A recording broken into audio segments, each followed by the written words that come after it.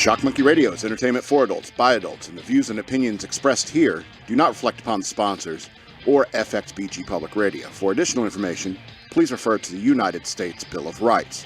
Stand warned. So I saw a bumper sticker. It said, "Any functional adult 2020." So how's that been working out for you? How has that been working out for you? You know, in retrospect, I can't really remember if this was an anti-Trump sticker or even an anti-Biden sticker. After all, who's more functional now that we're here 3 years in the future? Welcome to Shock Monkey Radio. I am your host, the Madman. I remind you again that I have a Patreon, patreon.com. Should I move these over here? My hydration. All right. Patreon.com/shockmonkeyradio. Shock Monkey Radio Redux on Facebook. Wait, over here. Facebook. At DNALETSAW on Twitter, at SLRobbers13 on, what's that, Instagram? Cash App, hashtag Shock Monkey Radio, all one word. I also have books. Check the description for links to those. Is the squeaking coming in on the mic? Okay, I think we're good. You hear that? Oh, I do hear that. Wrong chair. I think we're good. All right. Yeah, welcome to Shock Monkey Radio. Follow me on social media, all that stuff. You know, I was watching some of the Hodge twins videos. You know, listen, guys. It might be better if you guys did videos separately, because watching two brothers bicker is it kind of wastes time in many ways. And and I was watching one of the Hodge twins videos. It's like, what if I had a twin? You know, and the twin and I decided that we both wanted to be on this show, and we both irritate each other the only ways that irritate us. You know, I guess it'd be kind of interesting to have a twin. You know, to maybe like it's like, oh, that's annoying to me. It's probably annoying to other people, so I can alter my behavior. But you know, at the same time, what, two of me? That sounds scary. You know, twins are weird. Anyway. I probably talked about this before, but sometimes I watch the Hodge twins. I'm laughing my butt off. No, don't get me wrong. But every now and then it's like, geez, they bicker like little girls. It must be awful having a twin. Could you imagine two EKs running around EK? No, it terrifies me as well. So I hope you had a nice Memorial Day weekend. I sure did, you know, cooking burgers and dogs and all that stuff, and had beautiful weather around here. I hope it's nice for you as well. Celebrating those who have fallen in the service of our nation, such as it is, such as the state it's in. And so, yeah, I had a good Memorial Day, you know, and hanging out with family and friends, and glad that, you know, we are safe and secure enough to have and spend another Memorial Day together. So, thanks to all those fallen vets. But also over the weekend, I had a lapse in my medication. I ran out of my medication, and I went down to go pick up the prescription. But they're like, "Oh, we don't have it here. We're gonna have to order it. We'll be back here after the holiday." So I went like 4 days without my medication, and on that third day, it came crashing down on me. And it came crashing down on me while I was just driving around. I was picking up some, you know, beer. I was picking up beer, you know. And so I went and picked up the beer, and I'm walking out into the car, and I'm thinking about this old Twilight Zone episode called The Ring-a-Ding Girl. And I get in the car, I start driving home with my beer, and I think about that end scene where the news is breaking over the radio. And as the whole family is like centered around the radio listening to the news, she turns around and walks out the door of the house. And right then it starts raining. You can bring up the picture now. And when I thought of this scene and how this was like the climax of the story, you know, I seriously had a moment in the car where I was like, like I was going to cry. And I was like, oh, and then I audibly said aloud, "Oh my God, I need my pills." I said, there are times when I think maybe I could get off them, you know, because Matt Walsh keeps telling me like depression isn't really real. You don't need those pills, you know, but sometimes at a moment like this, you know, when I was just thinking about a Twilight Zone episode from 60 years ago, 63 is when it was. So 60 years ago. makes me almost bawl while driving on the way home. Now, if you don't know why you could possibly cry about this, something like this, it's probably you don't know the plot of the Ring-a-Ding Girl. And I think it says a lot about the kind of art that was being made in the early 60s, in the sense that it wasn't making me sad. It was kind of sad, in a good way. It was sad, but it was also beautiful. And it was a beautiful story that was told in like a 1 hour episode. It was brilliant, Twilight Zone. And so it was a story that was told in 1 hour. And this girl here, her name was Maggie McNamara, quite a prolific actress back in the day, and quite a looker, as you could tell. She plays this character named Bunny Blake, and she's a big Hollywood, film star and stuff like that. And I think she's flying from Los Angeles to New York on this plane, and she receives this package before she gets on this plane from her sister. It's this black ring, and she's like, "Oh, I love it." And she wore it, and then she gets on the plane. She's flying to New York or something like that, and she's like, "Oh, as a matter of fact, this plane is going to go right over my hometown in like Virginia, wherever I'm from or whatever." And she's like, "Oh," and her assistant's like, "Oh, that's interesting," and stuff like that. And she's like, "Yeah, today they're actually having their like Founders Day picnic or something like that. I wish I could have been there, but I got this gig in New York and stuff like that." Then she starts feeling weird, has headaches and stuff like that. And then her sister's head pops up in the blackness of the ring and says, Bunny, we need you, and stuff like that. All right. Then, it cuts to, and then she has like some sort of panic attack on the plane and like passes out or whatever.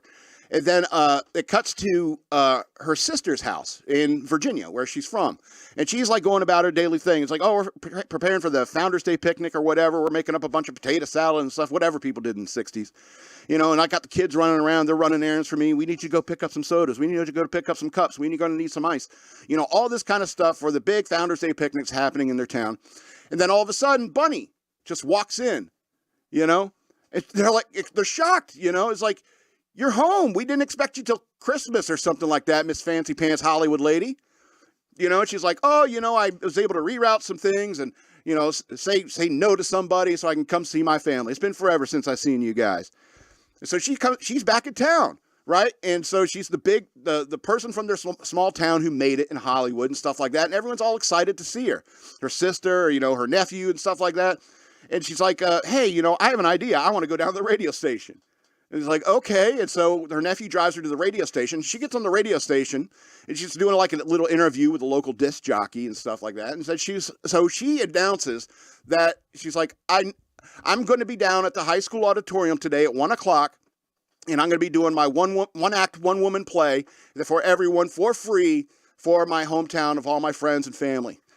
And then the disc jockey says, "Well, at 1:00, that's when like the Founders Day picnic is beginning. And everyone's going to be there. We've been planning this for months." And he's like, "Well, I'll put it this way. You have a choice. You can go down to the Farmers Day picnic, which you can do every single summer, or you can come on down to school and see me." And then that was the end of the interview. She goes back home, and her sister just gets on her case. She's like, "Why did you do this? We've been planning this thing." It's like, "I've been planning this Founders Day picnic for months. We had gotten everything just right. We have worked really hard on this. And you come in here like on just in the morning, go down to the radio station and announce like, 'Hey, I'm going to be down here. Forget about the Founders Day picnic and come see me.' You're acting like y'all big time. You're all big Hollywood. You think that, the whole world revolves around you, doesn't it?" So it's getting close to the time when she's got to go down to school and do the play, and they're all arguing, should we go to the play? Should we go to the Founders Day picnic? Everyone in town having this debate, and it's like, I don't know. Then the news breaks over the radio. There's been a plane crash at the fairgrounds. And so many, like X number of people died and so forth. And but the good news is there was a rumor in town that Bunny Blake was back and was going to do a one-woman show at the high school. And so half the town went to go see her at the high school and wasn't at the Founders Day picnic. And as this news is breaking over the radio, that's when she walks out the door into this rain that just started. And she walks a few steps down the pathway and just disappears. And that's that moment that like crashed, that climax that crashed in my head and made me feel good and sad all at the same time.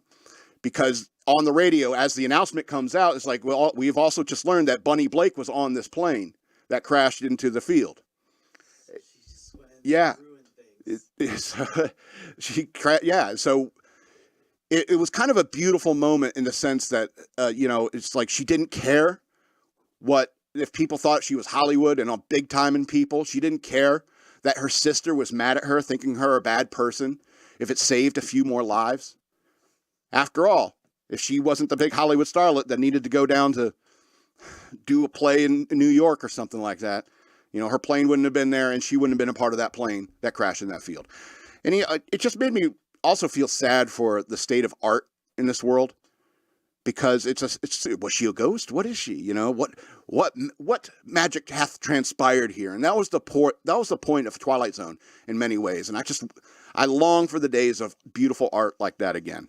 Also, I need to take my pills because sometimes the most ridiculous stuff will crash in on me to make me want to cry. And I couldn't imagine, like, if I was with someone and that thought passed through my head and like a single tear comes down and somebody's like, oh, what's wrong? And I'd have to sit here and explain for 10 minutes what I just explained to you. Why I felt that way. So please become a patron. I need to make sure I get my meds in advance. I don't have an experience like that again. Blame it on the rain. He's singing Milli Vanilli. Milli Vanilli didn't even see. Wait, get picking you up now? I heard me. Yeah. Oh, okay. That explains why we got the squeaking earlier, too. Alrighty. So you want me to do a movie review? People seem to like when I do movie reviews, so yeah. People like movies. So I'm going to talk about one that I'm sure bores the crap out of you. It's called Master and Commander, The Far Side of the World. It's a 2003 flick starring Russell Crowe. So Master and Commander, The Far Side of the World. I watched this movie again, and I cannot rave about it enough. Usually when I watch movies, I have them on in the background as I write or play video games, but this film, always, every single time, always. Don't kill me, Russell Crowe. Oh, he's over here. So I'm biased. I don't know how left and right works on film. Anyway, I'm not an actor. Anyway. All right. So maybe I'm biased because I was in the Navy and I love naval history. So bear that in mind when I get to the rating. Some people may find this movie boring because naval warfare in the Age of Sail was long, tedious, and required tenacity and intelligence. So if you find this movie boring, it's probably because you're not intelligent or tenacious. So just Shots fired. Shots fired. Shots fired over the bow. Anyway. All right. So so first of all, I have to rave about the accuracy of naval life in this movie, from the maneuvers to the billowing sails, they're actually billowing the way they should be, and the captain and the doctor playing music together, and the role that the midshipman played. Well, you get my point. It's very accurate. I absolutely love how this film begins. First, you get the cinema sin for ding. You get the ding for reading in the beginning, but you get the basics right away. So the HMS Surprise, Her Majesty's ship the Surprise, has been ordered to take out the French ship Acheron, which has been, and they have been chasing her all the way to Brazil. So this all happened before it even opens up. All right. So in the early morning hours, the watch officer thinks he spots a sail on the horizon. And he agonizes over the decision to call quarters because if he's wrong, then the entire crew might bust his balls for waking them up for no reason. Luckily, his shipmates on watch encourage him to make a decision and the general quarters is sounded. And every man is roused, but the Acheron gets the drop on the Surprise and eventually shatters her rudder in a cannon fusillade. All right, so I'm getting excited just thinking about all this. But due to the quick thinking of the captain and the sweat of the crew, they are able to escape and buy time to repair their ship. And that's like the first third of this movie. All right, it's a loss. It's the Empire Strikes Back kind of beginning. You get to see all the heroes that you love like beaten down. That's a good way to start a story. All right, so they get away to repair their ship. All right. But the Acheron has not given up, and soon it encounters the Surprise again. However, using a clever ruse, the captain and an able-bodied midshipman were able to fool the French sailors. I feel like I might spoil the whole movie if I keep talking about this, but I'm going to keep going. And again, the accuracy of this movie is so spot on, as the Brits might say, especially when they're going around Cape Horn and the storms, and they have to turn south almost to Antarctica to get around, because that's what trying to sail around the Cape Horn has always been like. And the ship's doctor, who's played by the excellent actor Paul Bettany. If you don't know who his name by his name, you'll know him if you see his face. Paul Bettany. So he is excited about visiting the Galapagos Islands. After all sailors, especially in those days, often wear many hats. And not only was he a doctor and a cellist, but he was also a scientist who wanted to catalog as many new species of critters as possible. But the duty and orders of the crown take priority.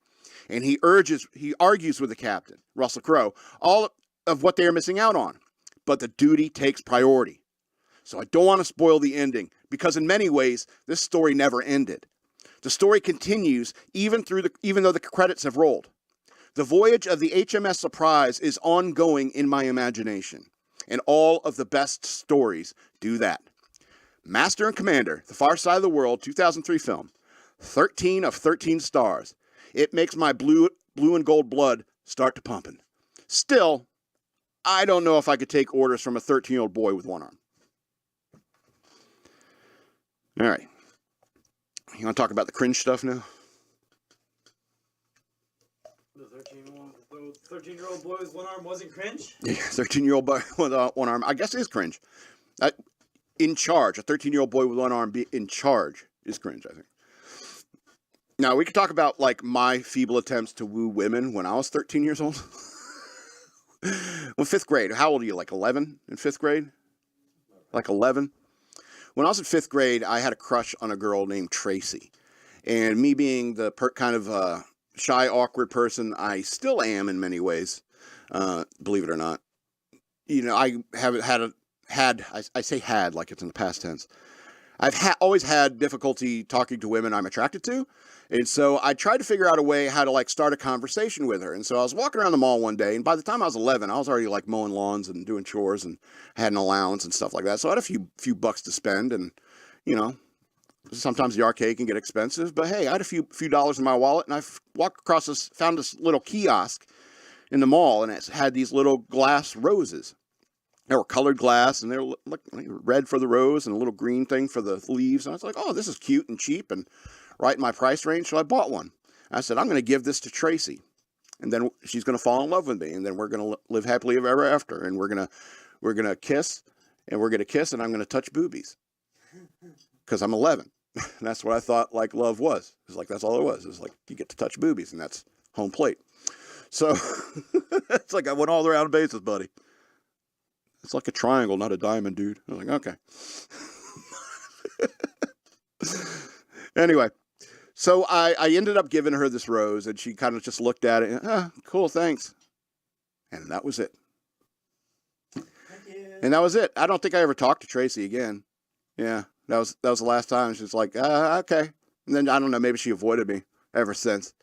You know, and sometimes I feel like maybe she was mean and stuff like that. It's like, I had to understand that, you know, she's also 11 years old. She's also a 5th grader.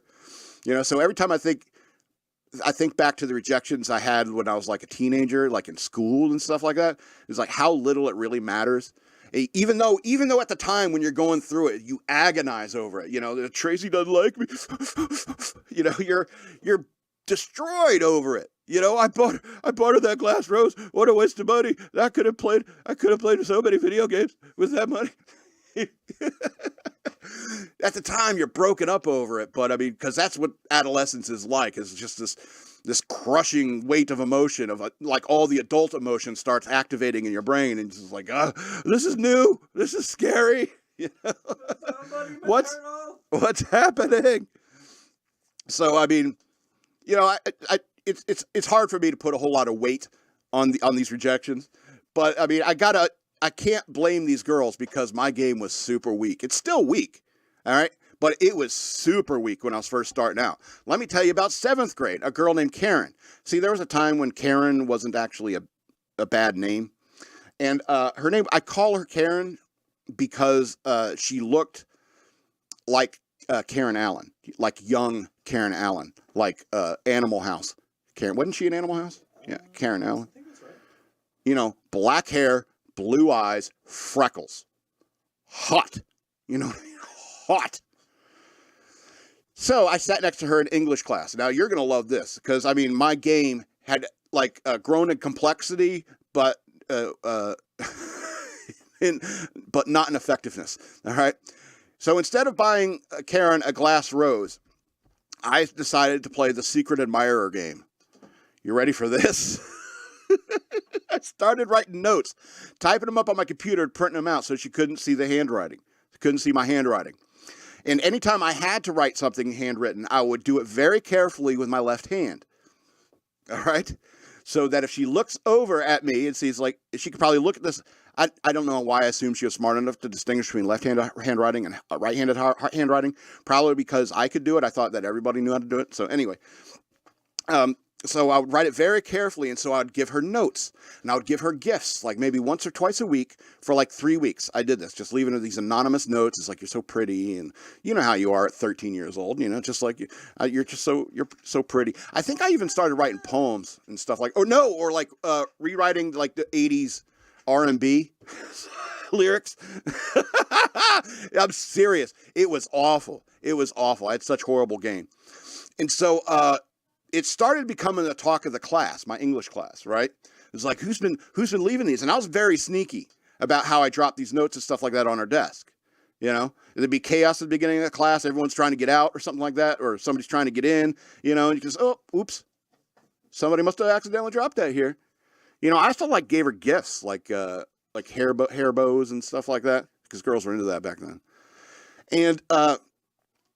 And eventually, I got to a point where I was talking with a friend of mine one-on-one. His name was Chad. He wasn't really a friend. When you hear the rest of the story, you'll find out. But he's like, hey, do you hear about this stuff with Karen? It's like somebody's been leaving her all, like, and I was like, I played dumb, right? I was like, no, tell me about that. I only sit next to her. And I can't believe nobody figured this out. Anyway, so he's like, yeah, some guy's been like leaving her notes and love notes and gifts and stuff like that. Nobody knows who it is. And I said, it's me. And he's like, what? Yeah, I've been doing that. I type him up on my computer to remain anonymous. And I did it. I felt like he was a friend. I could confide in him, right? No.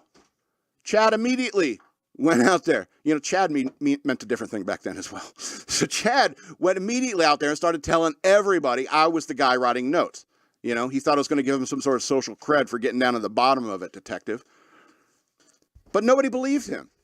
Nobody believed him. Everyone thought that it was him, right? He who smelt it dealt it, right? Because he claimed to know, he thought it was like, oh, you're just trying to knock attention away from you. So I started wondering, it's like, does Karen, the only person I care about does Karen think that it's Chad? So I wrote a note, and it's like, and I said, like, if you think you know who I am, I got like 3 lines where you can write down the names of who do you think it is, and I'll let you know.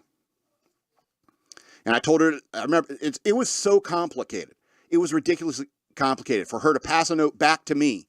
I said to Leah, go to the trash can that's in between the 2 bathrooms at this hall, this location, and place the note back underneath it. Seriously, this is what I did. I thought this was incredibly clever at 13 years old. I mean, it is kind of. Well, I went there one day at the certain time. Nobody was in the hall. Looked under the trash can. There was a note. Opened it up. Looked at the lines. Chad. I love Chad. Chad and Karen forever. And I was like, oh. So I threw the note away. Never talked about it again. Damn. And it is something I couldn't understand. I was seriously like 22, 23 years old before I realized how I should have handled that situation. Karen comes in. Hey, Karen, I'm Scott. I think you're very pretty. You want to go to the dance with me? Direct. Not holding up a bunch of fiery hoops for her to jump through. Guess who I am? It's like, there's no appeal and attraction to anonymity. You know? You know, this kind of behavior, like, for example, if some kid tried to do that today, by the second note, the girl's going to the teacher. It's like, there's a stalker in this class somewhere in this school. I don't feel safe. But Karen was a good sport, I guess. You know, who could blame her? Nobody wants to think that I like them. But I mean, I was just thinking about this with my, medication lapse. I, thinking about my failures in life. And so I was thinking about this and like how, like for years, these kinds of interactions like messed me up. All through high school, I'm thinking about, man, Karen didn't like me, so no woman is ever going to like me, kind of thing. It was like, no, I think maybe if you'd handled it better, been a bit more assertive, because women like that. They don't want some guy to come up to them and say, guess, I know somebody who likes you. Can you guess? Can you guess? I'll give you a hint. He's standing right in front of you. That's where it should end. All right? Don't sit there and make her guess. I know somebody who likes you. They have 2 thumbs. It's this guy. Yeah, it's this guy. Women, they got other things to do than to guess who likes them. Anyway, so I thought those are fun memories that I could share with you. And it's good to laugh about them now, but boy, back then they were like soul-shattering. I moved to Virginia after that thing with Karen. I couldn't stand to be there anymore. I felt I might do something dangerous. I'm kidding. It's like, I was in 7th grade. I didn't have any choice about where I was living. Anyway. All right, I want to talk about one more thing briefly before we get into the news. I want to ask a question. Can bullying be eliminated? Now, like I said, like during my 7th grade year, that was also a time when I was getting bullied a lot in school. And this is the late 80s. Bullies were a thing. Even into the 90s, bullies were a thing. Getting beat up in the bathroom or something like that. I remember this one time, it was like, I was trying to think of specific times where I got bullied, and I came up with this one. Because this one, I do remember. Because I had a book on my desk. And it was the third one, the Voyage of the Dawn Treader from C.S. Lewis, the Chronicles of Narnia series. And this guy, he sat behind me in class, he goes, what's that book on your desk?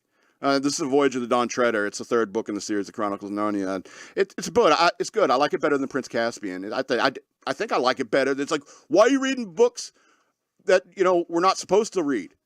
It's like, what? And it's like, you don't have to read that book for English class, do you? I mean, I was looking at it, it's like, oh, should I have read that book? And I was like, why are you reading books that you don't have to read? I was like, because I like it. And he started smacking me in the head. Why are you reading books you don't have to read, dumbass? What, slap? Why do you read books you don't have to read, dumbass? Slap. 5 or 6 times. Teacher comes in. She's like, oh, okay, settle down. And that was it. Bullying existed, And I'll tell you honestly, every bully I challenged, every bully I went at, every bully I fought, didn't bully me again. All right? So when these teachers these days saying, hey, fighting doesn't solve anything. You should go get a teacher. It's like, sorry, fighting does solve a lot of things. World War II. So, I mean, and this idea that violence is never okay is ridiculous. All right, especially in this day and age, because in this day and age, you do see like classic bullying in some ways, but it's different. It's more evolved now. Because of social media, I think bullying has evolved. It's evolved into these Karens, as they might say. It's evolved into these wokes, losing their temper. It's things like an entitled minority saying, you can't talk to me like that because of your skin color and my skin color. And anyone who has a conversation like that is like, you can't say X because of your skin color or my skin color. That's racism. Stop doing that. And so what we've ended up with is this new evolved form of bullying, which is a sort of state-sanctioned bullying or culturally sanctioned bullying. If you go out there in public, start with a Make America Great Again hat, that's when people are allowed to bully you. That's where the bully, pressure valve is allowed to come out culturally in our country. And you got to understand is like, if you really want to stop bullying, number one, I think you can't. All right. If you want to stop bullying, it's not going to be by like not letting kids bully each other and solve their problems on their own. All right. Because that's what kids need to be learning in schools, how to solve problems on their own. All right. But what you get is like a teacher saying is like, if you must bully, this is the direction you are allowed to bully. And that is wrong. It's almost enabling bullying. And then you wonder why these cities start burning, like in the summer of love, like they say. You wonder why Ferguson happened. You wonder why Minneapolis happened. You wonder why these kids are acting out the way they are. You see these clips coming out of schools where some let's be honest, some black kid is in some white teacher's face and like attacking him. But the teacher doesn't dare raise his hand to the kid because it's going to be called a hate crime. And if some jackass that walks onto your train in New York City and he starts ranting and raving like he's going to hurt somebody, I don't care about prison, I don't care about getting killed, and some white guy ends up taking him down, that white guy gets accused of being a racist. Because that's the kind of bullying that is allowed. Using violence to solve a real problem like some crackhead running into a train and causing a ruckus, that is considered a hate crime. It's ridiculous. It's ridiculous. I think bullying has always been ridiculous, but it should be gotten out of the system back when they're like in 6th and 7th grade. All right? Bullies need to learn before they graduate high school is like you don't treat people that way because sometimes somebody's going to fight back. And you might lose because you underestimated them. All right? That's why I took wrestling. That's why I learned Aikido. I did those things because I was bullied. All right? And eventually it got to a point where I got a good hand lock on a bully and threw him into a wall or something like that. And thank you, Aikido.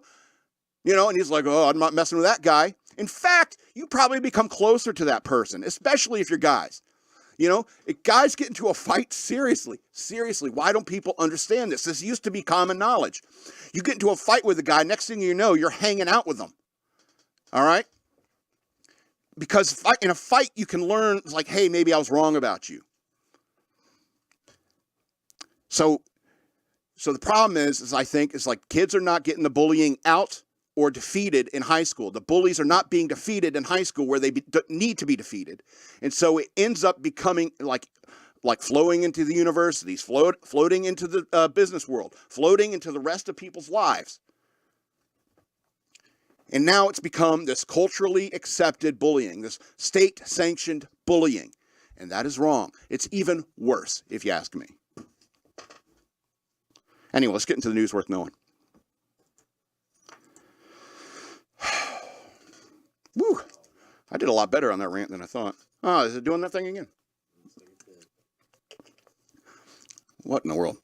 Anyway, let's talk about this horrible, horrible crime. 5 juveniles in custody in California for beating of U.S. Marines. I just want you to know, 5 people it says 5 people in custody. It wasn't five juveniles versus 3 Marines. All right, it's more like 40 juveniles versus 3 Marines, just so you know.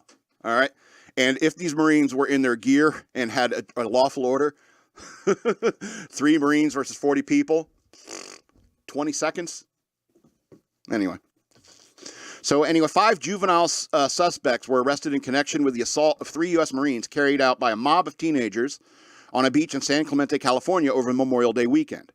San Clemente Mayor Chris Duncan confirmed to Fox News Digital on Tuesday. The suspects were charged with felony assault with a deadly weapon and remain in custody, Duncan said. San Clemente's mayor said investigators have identified at least 4 more juveniles involved who may be charged with misdemeanor assault and battery.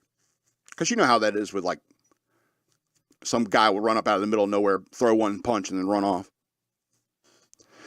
Duncan described the investigation into Friday night's incident as very efficient and effective. He said investigators do not anticipate any additional arrests, but said that it could change. Woo! Chicken sandwich came back. Sorry, had something to say. It's not Chick-fil-A. Don't worry. Popeyes has the best chicken sandwiches. Yeah, so they're very quick to arrest. Okay, Orange County Sheriff's Department Sergeant Mike Woodruff said on Fox News the story that anyone, regardless of age, who kicks another human being in the head to cause damage, internal injury to that magnitude, they will be arrested for felony assault, deadly weapon. Video posted on social media platform Nextdoor shows one person throwing a punch at one of the alleged victims from behind before a large fight breaks out. The injured victim lunges at his attacker. The group of teenagers and young adults was then seen kicking the victims. 2 of the victims were filmed lying on the ground in fetal positions, covering their heads as the mob kicked and punched them. A couple of bystanders intervened in the beating.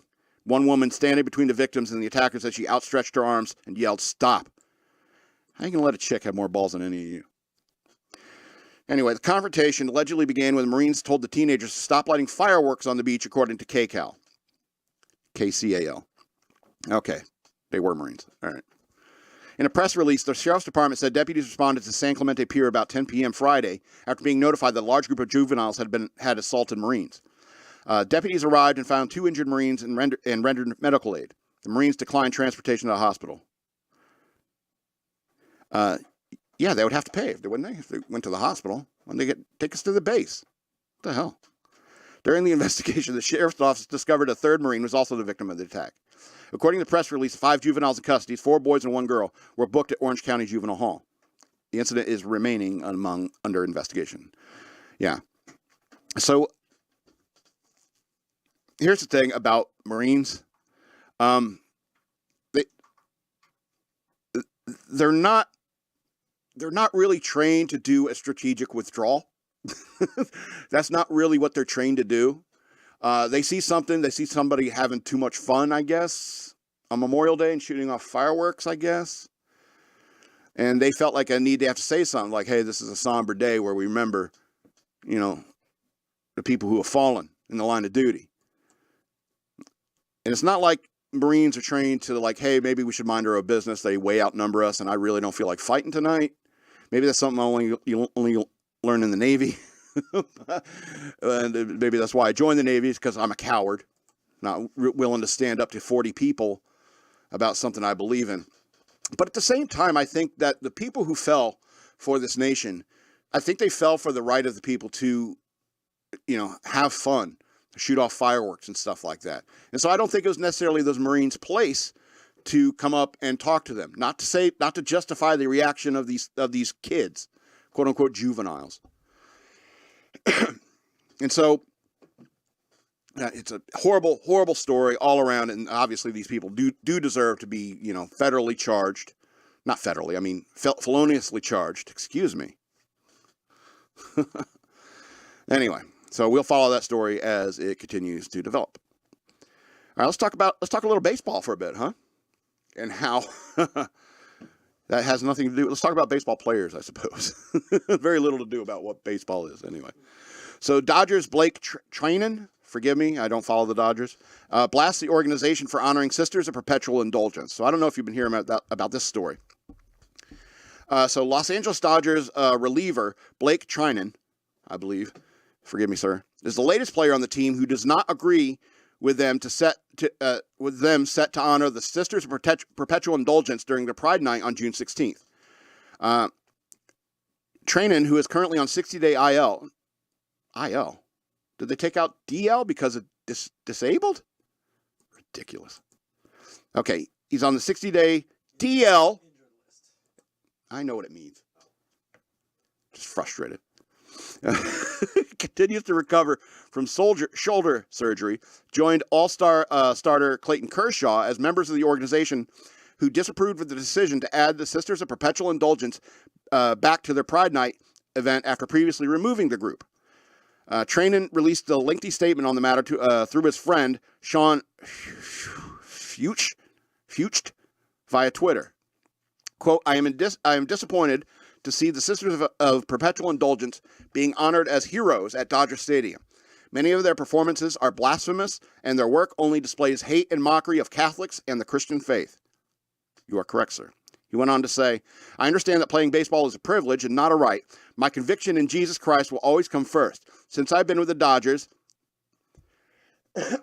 they keep putting SIC, like spelling in check, because he uses apostrophe S, Dodger apostrophe S.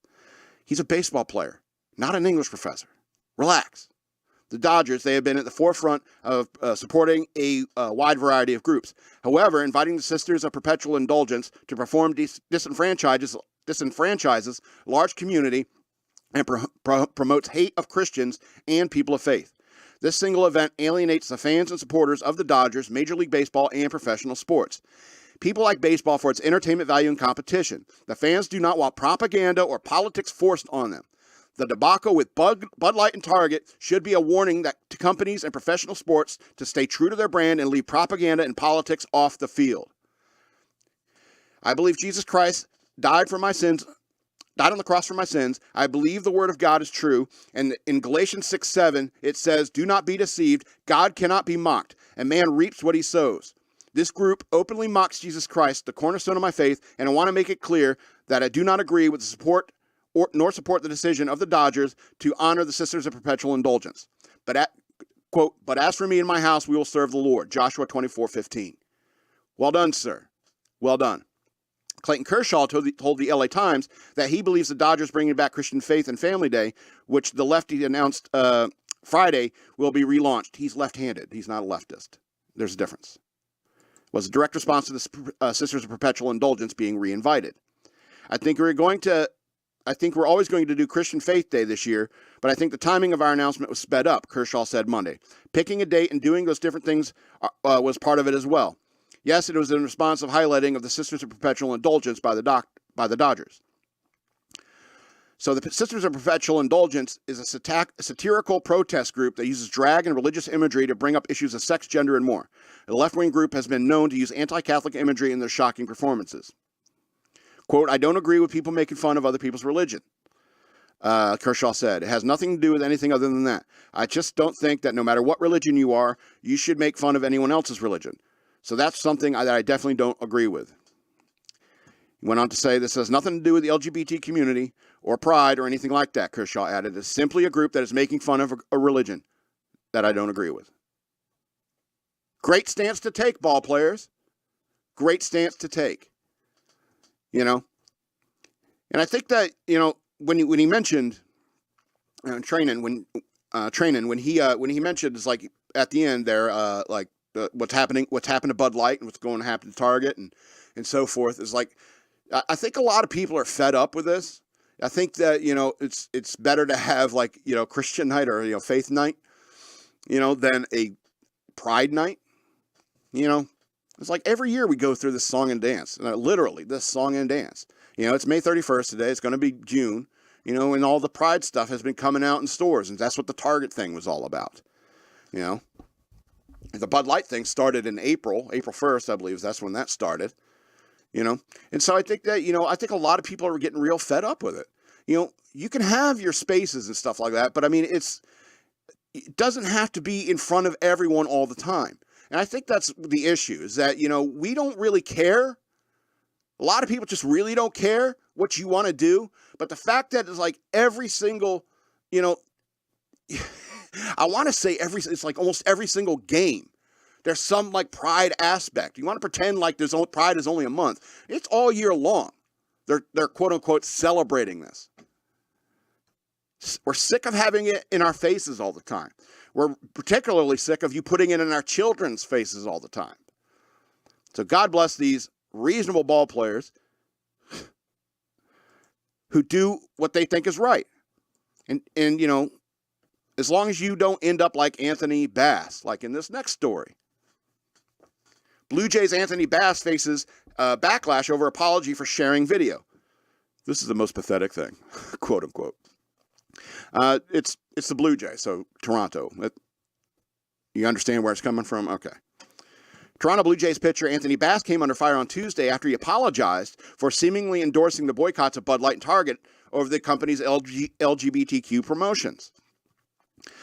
The video Bass shared on his Instagram stories was from a creator named Ryan Miller, who called on Christians to join the boycott after the retail giant faced massive backlash this month over its Pride Month collection, which followed Bud Light's partnership with transgender influencer Dylan Mulvaney in March. Bass addressed reporters before Toronto's game against the Milwaukee Brewers. Quote, this is what he said. I recognized yesterday I made a post that was hurtful to the Pride community, which includes friends of mine and close family members of mine. I am truly sorry for that. As of right now, I'm using the Blue Jays resources to better educate myself to make better decisions moving forward. The ballpark is for everybody. We include all fans at the ballpark, and we want to welcome everybody. That's all I have to say. Struggle sessions. I got in trouble, guys. Maoist. Yes, my boss just yelled at me. It's Maoist struggle sessions. You know, go out there and say what we tell you to the press. I'm sorry. Up your nose with a rubber hose, or I'll throw all your tea in the harbor. Friggin' Canadians, man. What was that movie? Canadian Bacon? With Alan Arkin and John Candy. I think it was John Candy's last movie. Release our prisoners pronto, or we'll level Toronto. Remember that? What a silly movie. Yeah, so, however, as pitchers like Clayton Kershaw and Trevor Williams speak out against the Los Angeles Dodgers and honoring the anti-Catholic group Sisters of Perpetual Indulgence, Bass's about-face did not sit well with some, especially for Canadians. Yeah, then it gives a bunch of tweets. Anyway, Blue Jays manager John Schneider said Bass's post doesn't represent our overall feelings as an organization. Obviously, lots of people wear that uniform. In fact, they change those uniforms many times during a year. So why would you think that we think that those mercenary players you hired represent your organization? That's what they are. They're mercenaries. They're privateers.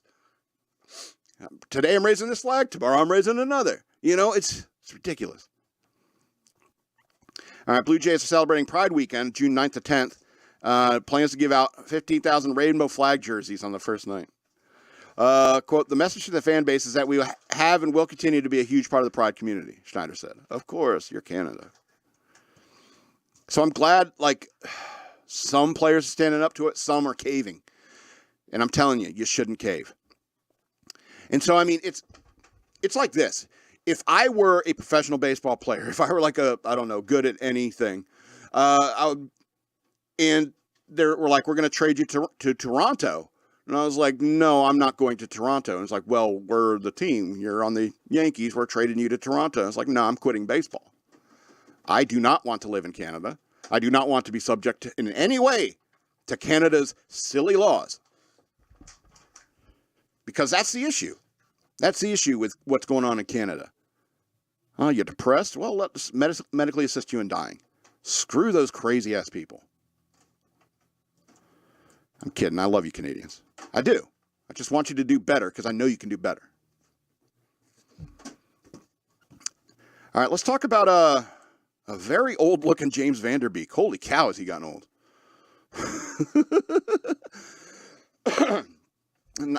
Not that I ever really liked anything he did. I never liked Dawson's Creek. I couldn't get into it. It's drama, you know, not really interested. The only thing I did like him in was a movie called Rules of Attraction. Have you seen that? Whew, dark movie. But, I mean, he did pretty good in his role as the douchebag every chick wanted to bang. And some dudes, too. Good flick. Anyway, so actor James Van Der Beek bashes the DNC for refusing to hold a Biden debate. Quote, how is this a democracy? Well, first of all, Mr. Van Der Beek, it's a republic.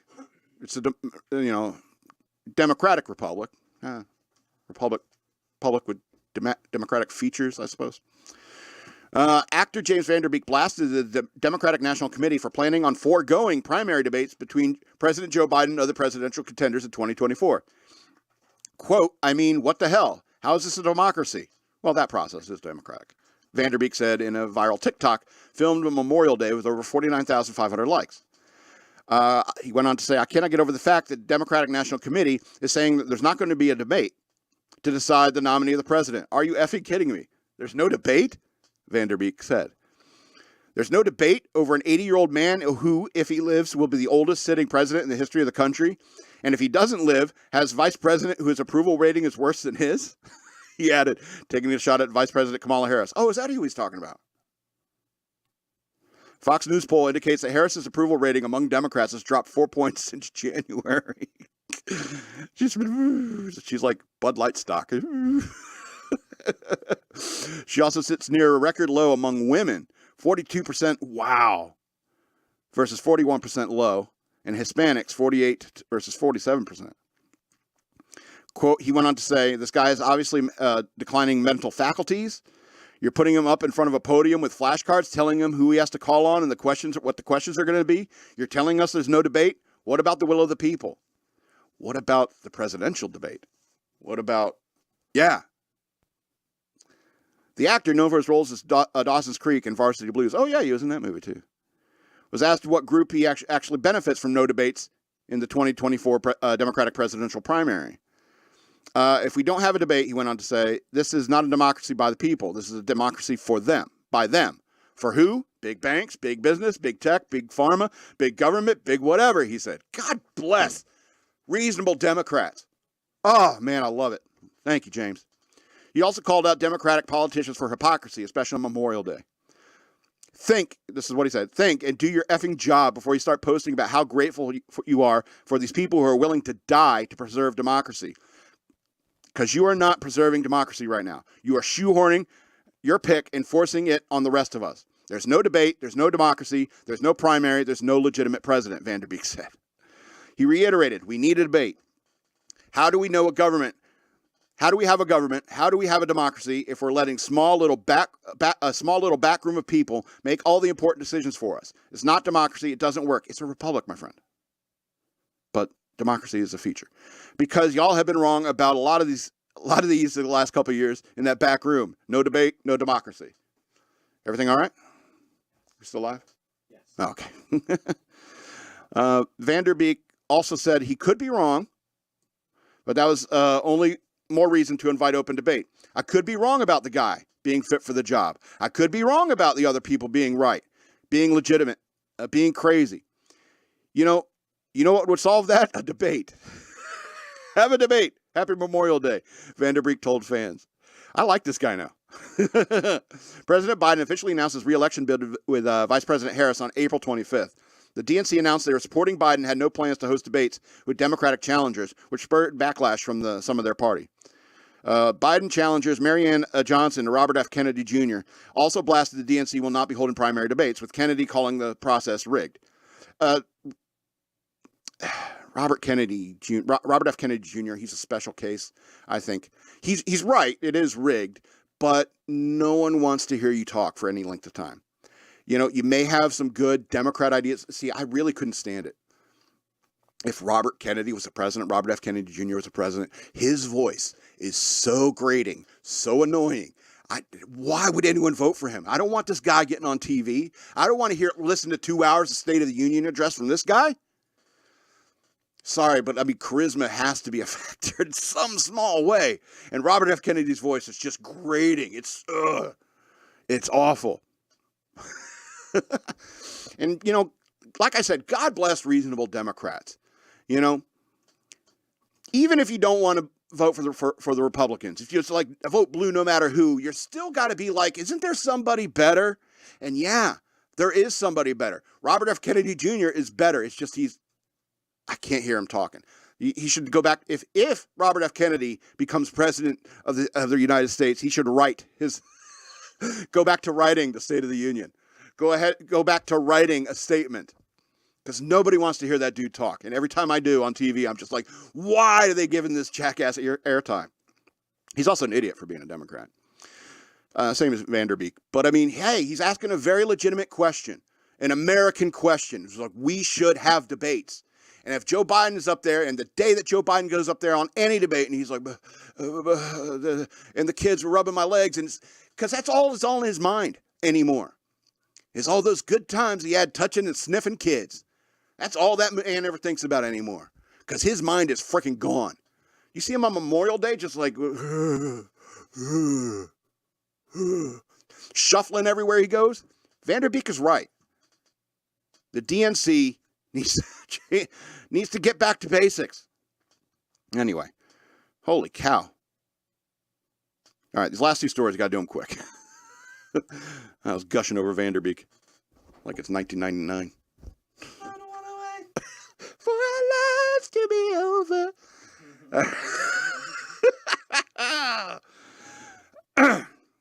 Happier news stories.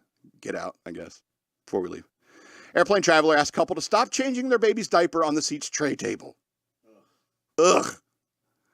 All right, go quickly through this. A woman raised a stink. Come on. About a stinky diaper? Who wrote this? Maureen McKee. Should have known. Woman raised a stink about a stinky diaper. Used the same adjective twice in one sentence. What is wrong with you? Stinky diaper dilemma during an airline trip.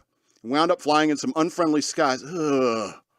When the parents of a child in question didn't appreciate her request. Writing on the Reddit community known as AITA, a woman who described herself as a 28-year-old said she was recently on a flight for several hours seating behind a couple with a baby. I'm not giving you that Reddit user's name. I'm a really nauseous flyer, so I took some Dramamine ahead of time and did my best to get some sleep during the flight. No such luck, however. This didn't happen because of the baby's crying, but oh well, I know flights are scary and stressful for infants, and so there's nothing anyone can do about that, she wrote. Fair. Political view. It's like, not like that guy who was yelling about the crying baby wanted a refund. Some people are the babies themselves. Anyway, so she said that instead, what got me was the couple changing the baby's extremely stinky number 2 diaper right in the middle of their seats, using the mom's food tray as a changing table. Travelers said they were back. Yeah, because they go down over those things with Lysol after every plane ride. Travelers said they were at the back of the plane, right by the bathrooms. Which I confirmed I had a baby changing tables in when I went in there to throw up after the smell hit me. There's changing tables in here, right? Yeah, there's changing tables. Why would you do this to me? I didn't say anything the first time, but the second time, this person's patient. Heard them go into the diaper bag a couple of hours later, and I asked if they would please go use the plane restroom instead of exposing everyone to the plane's smell. As a result of that request, the mom went off on me, quote unquote. And she said, I had no idea how stressful it is to travel with an infant, which is true. I don't have kids. Or maybe that's why I don't have kids. She went on the flight attendant at the back of the plane, agreed with me, and asked them to use the bathroom to change the baby. Only use the bathroom to change the baby. Plus, she said a few minutes later, the pilot made an announcement that all diaper changing need to be done in the bathrooms. She went and told the captain,